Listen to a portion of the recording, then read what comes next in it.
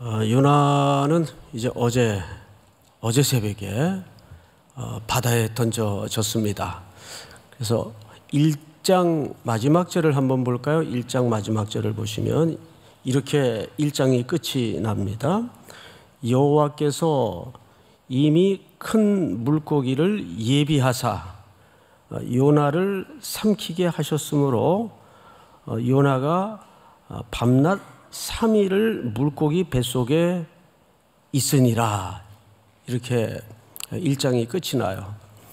근데 어제 일부러 이 17절은 다루질 않았습니다. 왜냐하면 내용상 오늘 2장 1절서부터 9절까지 문맥으로 연결이 돼야 되기 때문에 여기에서 우리가 본문의 문맥적 착시 현상을 일으킵니다.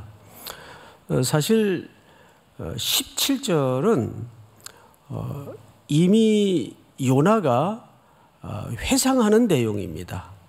무슨 얘기냐면 물고기 뱃속의 경험을 통해서 요나가 회상한 내용이 2장 1절서부터 9절까지의 내용이란 말이죠.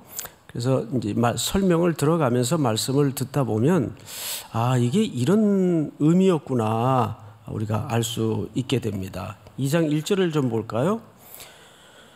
요나가 물고기 뱃속에서 그의 하나님 여호와께 기도를 했다라고 되어 있습니다. 그러니까 요나는 지금 회상을 하고 있는 겁니다.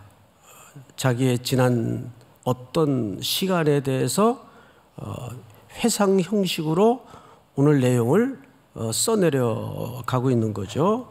물고기 뱃속에서 그의 하나님 여호와께 기도하여 이르되, 그리고 이제 2절서부터는 어느 시편에서나 흔히 등장하는 전형적인 감사시의 형태입니다.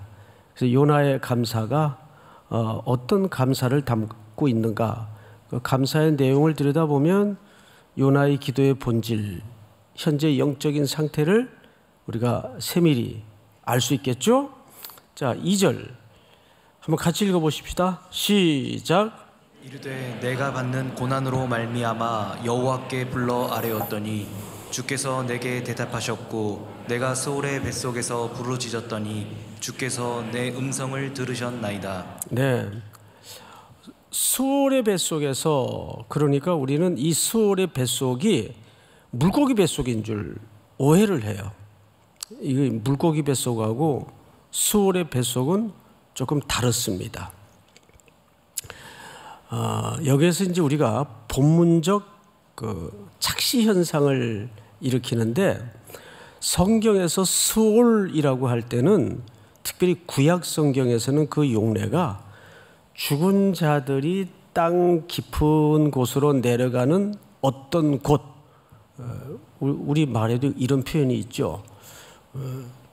저승길 이런 표현 쓰죠, 보통 사람들이. 그렇듯이 구약 사람들도 수월까지 하면은 죽은 자들이 내려가는 어떤 깊은 곳, 우리 시편을 한번 좀 띄워주실까요? 88편 한번 봅시다. 나는 무덤에 내려가는 자같이 인정되고 힘없는 용사와 같으며 죽은 자 중에 던져진 바 되었으며 죽임을 당하여 무덤에 누운 자 같으니이다. 주께서 그들을 다시 기억하지 아니하시니 그들은 주의 손에서 끊어진 자니이다. 6절 시작. 주께서 나를 깊은 웅덩이와 어둡고 음침한 곳에 두셨사오며. 네, 깊은 웅덩이, 어둡고 음침한 곳, 거기에 두셨단 말이에요. 그래서 이거를 구약에서는 보통 용례상 스올, 음부 이렇게 표현을 합니다. 자, 즉 그러면 오늘 요나의 기도 속에서 스올의 뱃속은 물고기 뱃속을 말하는 것이 아니라 그가 어제 새벽에 바다에 던져졌죠. 바다로 내려갔어요. 그리고 온 물이 요나를 뒤덮고 물속에 빠졌으니까 요나가 편안했을까요? 아니면 죽을 것 같았을까요? 죽을 것 같았겠죠. 물도 많이 먹고. 이제 그 내용을 어떻게 설명하는가 잘 보십시다. 2절 다시 볼까요? 이르되 내가 받는 뭘로 고난으로 말미암아 여호와께 불로 아뢰었더니, 여기서 부르짖었던 거예요. 불로 아뢰었더니 주께서 내게 대답하셨고 내가 수월의 뱃속에서, 그러니까 여기서 말하는 수월의 뱃속이라는 것은 은유적인 표현이지만 내가 저 거의 음부까지 내려가는 죽음의 문턱까지 갔다 왔다 그 말이에요. 그러지 않겠어요? 물에 던져졌는데 마치 무슨 물놀이 하듯이 헤엄쳐 돌아다니듯이 그렇게 유유작작 했을 리는 만무할 거고, 던져졌으니 허우적거리고 바다 밑까지 내려가는 죽음의 문턱까지 내려가는 고통을 겪었겠죠? 그 가운데 당연히 인간은 어쨌을까요? 자기도 모르게 살려달라고 소리치지 않았겠어요? 보세요. 여기에 하나님께서 욥을 통해서 드러내시고자 하는 어떤 본질적 메시지가 있습니다. 그것은 우리 누구나가 한 번쯤은 서야 될 자리입니다. 예를 들어서 베드로가 저쪽에서 예수님이 철복하고 제자들의 그 폭풍우를 어찌하시기 위해서 걸어오시는데 어두우니까 뭘로 봤어요? 귀신으로 봤어요. 유령이다 그랬어요. 유령이라는 말은 사실 귀신이다 막 떠듬떠듬하면서 소리쳤겠죠. 그러니까 얘들아 나다 두려워하지 마라. 그러면 제자들 입장에서도 어이 깜짝이야 선생님이셨군요. 그랬으면 서로가 피차 부드럽고 좋았을 뻔했는데 그 중에 배씨가 뭐라 그랬어요? 정말 주님이시면 나를 명해서 물 위로 걸어오라 하소서. 그래서 베드로가 배에서 내려 물 위로 걸어갔어요. 걸어가다가 그만 어느 지점에서 바람이 불므로 두려워하여 빠져가는지라 그랬습니다. 기억나시죠? 바람이 불므로 두려워하여 빠져가는지라. 그런데 빠졌던 안 빠졌던 베드로는 일단은 물 위를 걷는 최초의 기적을 경험한 사람이에요. 맞죠? 예. 근데 빠져가니까 예수님이 성경에 보면 즉시라는 표현이 있습니다. 와서 아주 정확한 타이밍에, 즉시라는 말은 막 급하게라는 개념보다는 빠르지도 않고 늦지도 않게끔 정확한 타이밍에 베드로를 잡아 올렸어요. 그리고 함께 배에 오름에 바람이 그쳤다라고 되어 있습니다. 자, 여기서 우리는 문맥과 문장에서 소개하지 않은 아주 중요한 대목이 하나 감춰져 있는 것을 기억해야 됩니다. 여러분, 빠져가는 베드로를 예수님이 즉시 잡아채게 된 데는 중요한 기록이 하나 있어요. 찾아볼 것도 없이 따라서 한번 해볼까요? 주여 나를 구원하소서. 빠져가는 베드로가 본성적으로 하나님의 백성이니까 본성적으로 자기도 모르게 베드로가 빠져가면서 예수님에게 뭐라고 소리를 쳐야 되지? 선생님 그럴까? 주님 그럴까? 소리 데시벨은 어느 정도 질러야 체면이 구겨지지 않을까? 이런 거 머릿속에 계산하고 염두에 뒀을까요? 그런 사람은 없어요. 빠져가던 베드로는 본성적으로 자기도 모르게 외마디 비명처럼 뭐라고 소리쳤다고요? 따라서 합니다. 주여 나를 구원하소서. 이게 뭐예요? 이게 기적이에요. 이것이 피조물이 창조주 하나님 앞에 가장 원색적이고 본연적으로 드러내야 되는 거룩한 태도입니다. 거룩이라는 것은 하나님과 나 사이에 빈틈없는 관계를 얘기하는 겁니다. 그 똑같은 절규가 오늘 요나의 모습 속에서 최초로 눈에 띕니다. 그는 아뢰고 부러지졌다고 돼 있어요. 성경을 다시 보세요. 2절 제가 읽겠습니다. 이르되 내가 받는 고난으로 말미암아 여호와께 불러 아뢰더니 주께서 내게 대답하셨고 내가 스올의 뱃속에서 어떻게 했어요? 부르짖었더니 주께서 내 음성을 들으셨나이다. 이 전형적인 구약에 흔히 볼 수 있는 감사 기도 시 패턴입니다. 여기서 우리는 요나가 드디어 하나님에 대해서 등을 쥐고 다시스로 도망가는 길에 잃어버렸던 하나님과의 감각이 자기도 모르게 되살아나고 있는 것을 우리가 확인하게 됩니다.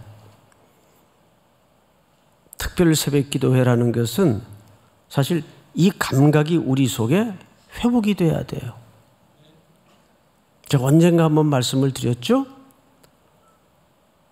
제가 외국에서 잠을 자고 있는데 새벽 2시에 한국에서 누가 전화를 했어요. 그래서 2시니까 놀래가지고 여보세요? 전화를 받았는데 벼락치는 소리가 들려요. 전화 안에서. 어느 권사님인데 목사님 지금 주무실 때예요. 새벽 2시에 자지 그러면. 근데 왜 한국에서 전화 온지도 모르고. 그러니까 이 권사님이 지금 너무너무 답이 없는 어떤 절규밖에는 부르짖을 길이 없는 절망스러운 상황에 놓여져 있었습니다. 그러니까 제일 먼저 생각났던 사람이 저였던 것 같아요. 그러니까 거기가 2시인지 뭘 하고 계시는지 고려할 여지가 있어요? 그냥 전화 돌려가지고 내가 잠든 목소리로 전화를 받으니까 벼락같이 소리를 치는 거예요. 지금 주무실 때예요.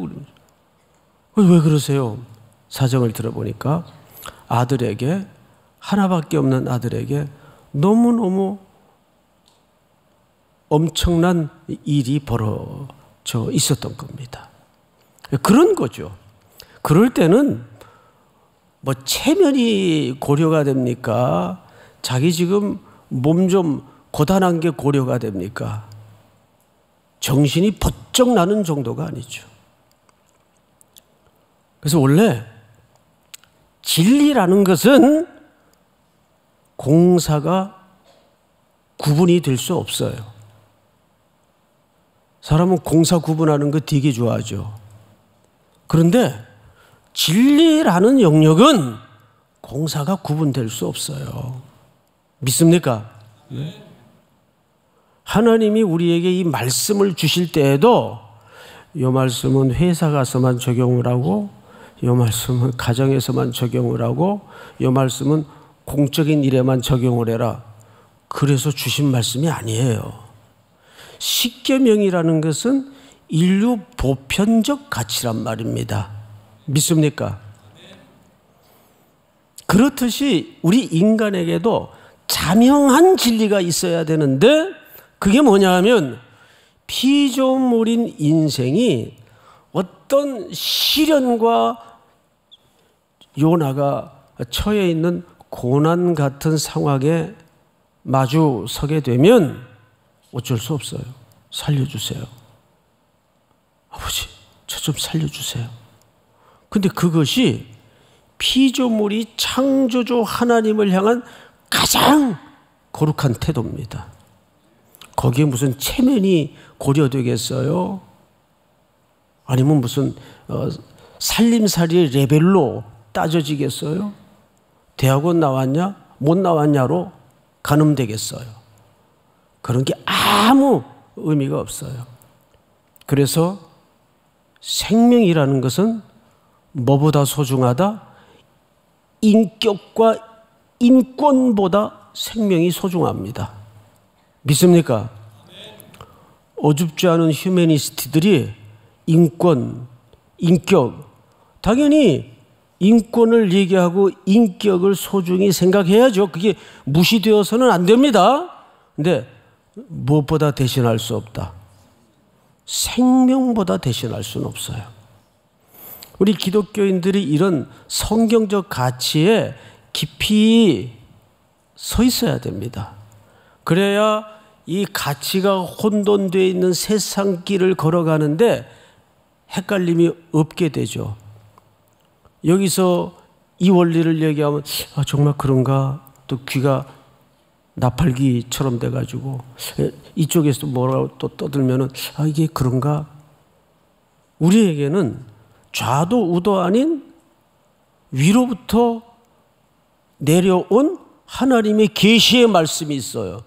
그것이 기준이고 그것이 원초적인 우리 삶의 기초가 돼야 되는데 그게 생명이란 말이에요. 피조물인 존재는 요나뿐만 아니라 여기에 앉아있는 저를 포함한 누구라도 이런 환난과 인간의 본질적인 고난 앞에서는 이 태도가 가장 귀한 태도입니다. 부르짖고 아뢰고 살려주세요 하는 그런 영적인 감각이 오늘 새벽에도 우리의 기도 속에서 회복되는 은혜의 맛을 경험하기를 소원합니다. 자, 3절을 한번 넘어가 볼까요? 3절. 주께서 나를 깊음 속 바다 가운데 던지셨으므로. 자, 여기에서 이 기도의 단면을 잘라서 들여다보면 물론 요나가 선원들에게 나를 들어 바다에 던지라. 그러면 이 폭풍과 바다 위에 험한 상황이 가라앉아질 것이다. 그렇게 호기 좋게 말해서 그는 지금 바닷속에 던져진 상태입니다. 그런데 그 절체절명의 위기 앞에 요나는 이 일이 누구로부터 기인된 걸 알고 있었습니까? 주께서. 주어가 누구죠? 주께서. 주님이 하셨다는 걸 깨닫게 돼요. 우리가 이거 해답을 얻는데 참 헤매고 돌아다닙니다. 이게 결국 주님이 하신 일인데 내가 그렇게 버둥거리고 엉뚱한 데서 시간 낭비하고 헛짓을 했구나. 그런데 정확하게 아주 좌면 우고 할 여지나 겨를 없는 본성의 고난 앞에 요나가 세워지게 되자 주께서 하신 일이었다는 것을 직고합니다. 주께서 이렇게 되어 있죠. 3절에 보면 주께서 나를 깊음 속 바다 가운데 던지셨으므로. 어제 던졌다는 말은 무슨 말과도 같은 말이라고 그랬죠? 내려가다. 잘 기억하고 계시네요. 큰 물이 나를 둘렀고 주의 파도와 큰 물결이 내 위에 넘쳤나이다. 내가 말하기를 내가 주의 목전에서 어떻게 했을지라도 쫓겨나다. 여기서 주의 목전에서 쫓겨나다라는 말은 방금 말씀드린 것처럼 죽음의 문턱까지 이르렀을지라도 그 말이에요. 죽음의 문턱까지 이르렀을지라도 다시 주의 성전을 바라보겠다 생각하였나이다. 이것이 택한 백성들의 은혜입니다. 우리는 세상 사람들이 겪는 것처럼 고난도 겪고 슬픔도 겪고 아픔도 겪고 다 똑같이 겪고 살아요. 그런데 여러분들이나 제가 원천적으로 복된 존재일 수밖에 없는 것은 그 끝자락에서 우리에게는 하나님께로 돌아올 수 있는 주께서라는 주어 때문에 그분의 이끌림이 있다는 겁니다. 여기서 드디어 요나가 리턴합니다. 슈브 돌아오는 첫걸음을 뗍니다. 내가 이제 주의 성전을 바라보겠나이다. 그는 하나님과 등을 지고 하나님이 가라 명하시는 저 큰 성읍 니느웨로 가는 길이 아니라 하나님의 마음과 하나님의 시선과 하나님의 뜻이 담아져 있는 니느웨 쪽이 아니라 완전히 등을 지고 다시스로 가고 있었어요. 그런데 그는 이제 주의 성전을 바라보겠나이다. 첫걸음을 띱니다. 이제 요나가 어떤 회개의 과정을 겪는가가 여러분들의 이 본문을 읽어내는 관전 포인트예요. 요나의 변화를 유심히 봐야 됩니다. 그의 사실 리턴의 스타트 라인은 어떤 내용이었습니까? 고난이었어요. 눈물이었어요. 생명의 위기였어요. 이것이 그가 되돌아올 수 있는 스타트 라인이었습니다. 그리고 이제 요나는 이렇게 고백합니다. 5절 물이 나를 영혼까지 둘러싸우며 기품이 나를 에워싸고 바다풀이 내 머리를 감쌌나이다. 이제 물에 허우적거리면서 그가 겪었던 소회를 절절하게 상세하게 묘사합니다. 자, 그런데 6절 한번 같이 읽어볼까요? 시작. 땅이 그 빗장으로 나를 오래도록 막아싸우나 나의 하나님 여호와여 주께서 내 생명을 구덩이에서 건지셨나이다. 내가 산의 뿌리까지 내려갔다라는 말은 바다 완전히 깊은 데까지 허우적거렸다 그 말이에요. 그러니까 죽음의 문턱까지 내려간 거죠. 자, 그런데 거기에서 하나님이 내 생명을 구덩이에서 건지셨나이다. 7절 내 영혼이 내 속에서 피곤할 때에 내가 여호와를 생각하였더니 내 기도가 주께 이르러 싸우며 주의 어디에 미쳤나이다? 성전에 미쳤나이다. 그래서 우리는 우리도 이제 이럴 때는 요나처럼 기도 많이 해야 되겠다. 착각이죠. 요나의 착각이면서 원천적으로 우리의 늘 실수입니다. 여러분 다시 보세요. 1장 17절을. 여호와께서 이미 큰 물고기를 어떻게 하셨어요? 예비하사. 할렐루야. 우리가 부르짖기 전에 하나님은 이미 요나를 건져 살려낼 계획을 갖고 뭘 준비하셨다고 되어 있죠? 물고기를 준비하셨어요. 그러니까 이 스올의 뱃속은 물고기가 아니에요. 그가 지금까지 묘사된 것처럼 저 죽음의 문턱까지 스올의 뱃속까지 스올의 음부의 먹잇감으로 깊이 내려간 어떤 상태를 지금까지 쭉 설명을 한 거예요. 그런데 하나님께서 7절의 말씀처럼 요나의 고백처럼 내 영혼이 내 속에서 피곤할 때에 내가 여호와를 생각하였더니 내 기도가 주께 이르러 싸우며 주의 성전에 미쳤나이다. 그리고 8절은 조금 30초 있다가 읽고 앞을 보세요. 그리고 요나는 물고기에 의해서 건짐을 받았다 그 말이에요. 무슨 말인지 알겠어요? 그러니까 이 7절까지는 요나가 물고기 뱃속에 들어가 안전하게 3일간 있었지만 거기에 구원을 받기까지 뭐예요? 바닷속에서 죽음의 저 스월의 문턱까지 갔다 온 꿈에도 생각하기 싫은 고난의 어떤 과정을 회상 형식으로 기록하고 있다 그 말입니다. 그래서 요나가 내가 그때 뭐 산기도 하고 뭐 장난 아니었어. 20일 금식 기도하고 그것도 모자라서 열흘 더 하고 그랬더니 하나님께서 기도를 응답하셨다고. 표면적으로 맞아요. 근데 이미 하나님은 놀랍게도 17절 말씀을 보니까 이미 큰 물고기를 준비하고 계셨어요. 아멘. 우리의 기도보다 더 크신 하나님. 할렐루야. 응? 내 고난의 크기보다 더 크신 하나님. 믿습니까?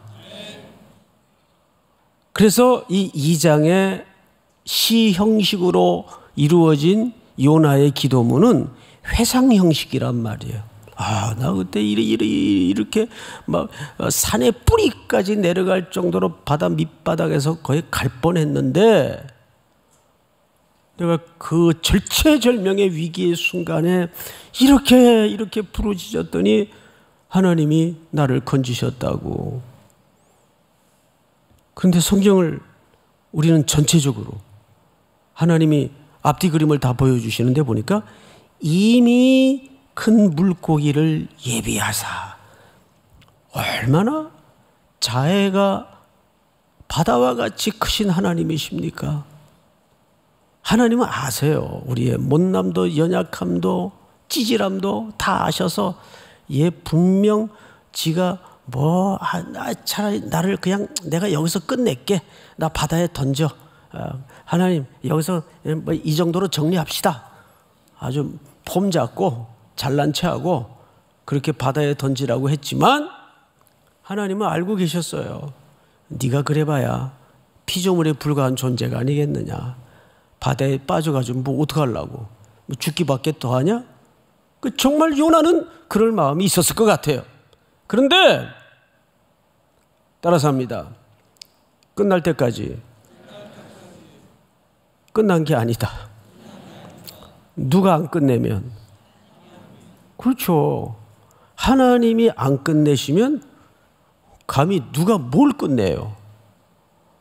하나님이 우리를 그렇다고 끝장내거나 손 털고 물러가시는 분이 아닙니다. 이미 큰 물고기를. 근데 계속 무슨 수사어가 등장을 하죠? 큰. 하나님은 이런 어쩌면 이렇게 암호 같은 기호를 통해서 계속 하나님의 원래 말씀 속에 담아놓았던 일어나 저 큰 성읍 니느웨로 가서 복음을 전해라. 이거를 계속 잃어버리지 않도록, 잊지 않도록 리마인드 시켜주고 있는 겁니다. 네 소명 잊지 마라. 내가 끝내지 않는 한은 네 인생이 여기서 끝내서는 안 돼. 그렇게 하시는 거예요 지금. 그래서 암호를 계속 잃어버리지 않도록, 잊지 않도록 추적하시는 하나님. 믿습니까? 그래서 여러분, 보통 소명을 콜링이라고 하죠. 콜링. 근데 소명만 있어서 뭐 역사가 될까요? 일이 될까요? 소명만 있어서는 아무 일도 일어나지 않습니다.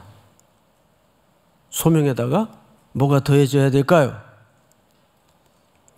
용기. 용기가, 결단이 더해지지 않으면 그 소명은 공허한 망상에 불과해요. 맞죠? 그래서 오늘 이 새벽에는 기도할 때 하나님, 나에게 내가 일어서야 될 곳, 내가 가야 될 곳에 대한 소명에 눈뜨게 하시고 그 소명을 향하여 내 삶의 자리를 박차고 일어날 수 있는 용기를 감당토록 도와주시옵소서. 미리 헤아려 주시는 하나님께 그거 구해야 될 거 아니에요. 근데 마지막 절 우리 성경을 한번 같이 읽읍시다. 시작. 나는 감사하는 목소리 다시 시작. 나는 감사하는 목소리로 주께 제사를 드리며 나의 서원을 주께 갖겠나이다. 구원은 여호와께 속하였나이다 하니라. 네, 일부러 이제 9절만 여러분들을 읽으라고 부탁을 드렸고 제가 8절을 읽겠습니다. 거짓되고 헛된 것을 숭상하는 모든 자는, 자 앞을 보세요. 거짓되고 헛된 것을 숭상하는 모든 자, 이거는 요나의 기준에서 누구를 가리키는 표현이겠습니까? 예? 그렇죠. 이방인입니다. 그럼 지금 이 맥락에서 이방인은 어디 사람들이에요? 바로 배 위의 사람들이에요. 그 사람들이 위에 던져졌어요. 자, 그러면 이 요나의 기도가 조금 이상하게 끝이 납니다. 이런 얘기예요. 이걸 우리가 느낌으로 처리를 한번 해요. 거짓되고 헛된 것을 숭상하는 모든 자는, 이방인들은 자기에게 베푸신 은혜를 버렸사오나, 사돈 낱말한다 그래요, 이럴 때. 예? 이게 정확히 그때 하는 표현입니다. 그리고 그 이방인들에 대한 요나라는 개인의 차원을 넘어서 히브리인들의 지독한 민족적 편견이 보입니까? 안 보입니까? 여전히 눈에 띕니다. 그리고 자기는 어쨌다는 거예요. 나는 감사하는 목소리로 주께 제사를 드리며 나의 소원을 주께 갖겠나이다. 구원은 여호와께 속하셨나이다 하니라. 자, 여러분, 아무 문제가 없는 것 같아요, 9절은. 근데 요나가 지금 깜빡 모르는 게 하나 있었어요. 뭐죠? 1장 16절을 보세요. 이미 선상 위에서는 자기가 바다에 빠져서 허우적거리고 죽는다고 아우성 칠 때 선상 위에서는 이미 하나님에 대한 경외함과 그 경외함으로부터 나오는 하나님에 대한 두려움을 통해서 이방인들은 하나님께 뭐하고 있었어요? 1장 16절 전체가 한번 같이 읽어봅시다. 시작. 그 사람들이 여호와를 크게 두려워하여 여호와께 제물을 드리고 서원을 하였더라. 네, 이미 배 위에서는 그 이방인들이 요나 중심으로 벌어지고 있는 이 자연의 현상과 요나의 상황을 보면서, 여기서 요나가 전도했다는 얘기 있어요? 복음을 어디서 그 사람들이 들었다는 얘기 있어요? 이런 은총의 상황을 통해서 배 사람들은 하나님께 예배를 드리고 제물을 드리고 서원을 드리는 모습을 발견합니다. 그런데 요나는 맨 끄트머리에 뭐라고 고백을 하죠? 구원은 여호와께 속하셨나이다 하니라. 말은 이렇게 기도하면서, 그러니까 요나는 아직 멀었어요, 안 멀었어요? 아직 멀었어요. 이제 멀었다는 이야기가 3장에서 4장에서 본격적으로 들추어집니다. 그런데도 마치 연약하고 부족한 제자들을 예수님이 데리고 다니시면서 가르치고 십자가의 현장까지 데리고 가시지만 또 그거 보고 다 도망 다니잖아요. 그런 사람들을 통해서 이 땅의 주의 선한 역사와 하나님의 나라의 일들을 꿈꾸시는 주님이십니다. 실력 갖고 했나요? 그들이 자질 가지고 했나요? 아닙니다. 하나님이 그냥 그들을 함께 동역하기를 기뻐하셨던 겁니다. 요나도 마찬가지. 요나는 2장까지만 봐도 이제 돌아오는 길목에 세워지긴 했는데 아직 멀었다. 아직 멀었다. 믿습니까? 우리는 이 겸손할 수밖에 없는 하나님의 품으심과 기다림과 안으심 속에 주의 소명 앞에 용기로 일어서는 부르짖는 새벽이 될 수 있기를 주의 이름으로 축복합니다. 우리 찬송가 304장 그 크신 하나님의 사랑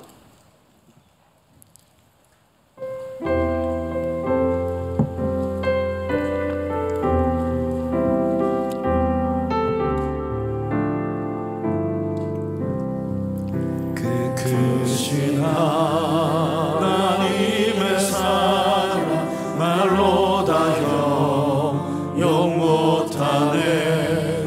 저 높고 높은 별을 넘어 이 낮고 낮은 땅 위에 죄와만 영원 구하여 그 아들 보내사 화목제물 삼으시고 죄 용서하셨네.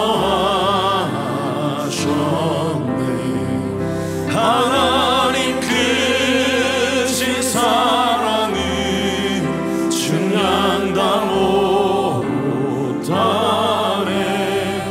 영원히 변치 않는 사랑 성도여 찬양하세. 3절합니다. 하늘을 두루마리 삼고 바다를 먹물 삼아도 한없는 하나님의 사랑 다 기록할 수 없겠네. 하나님의 크신 사랑 그 어찌 닿았을까. 저 하늘 높이 쌓아도 채우지 못하니.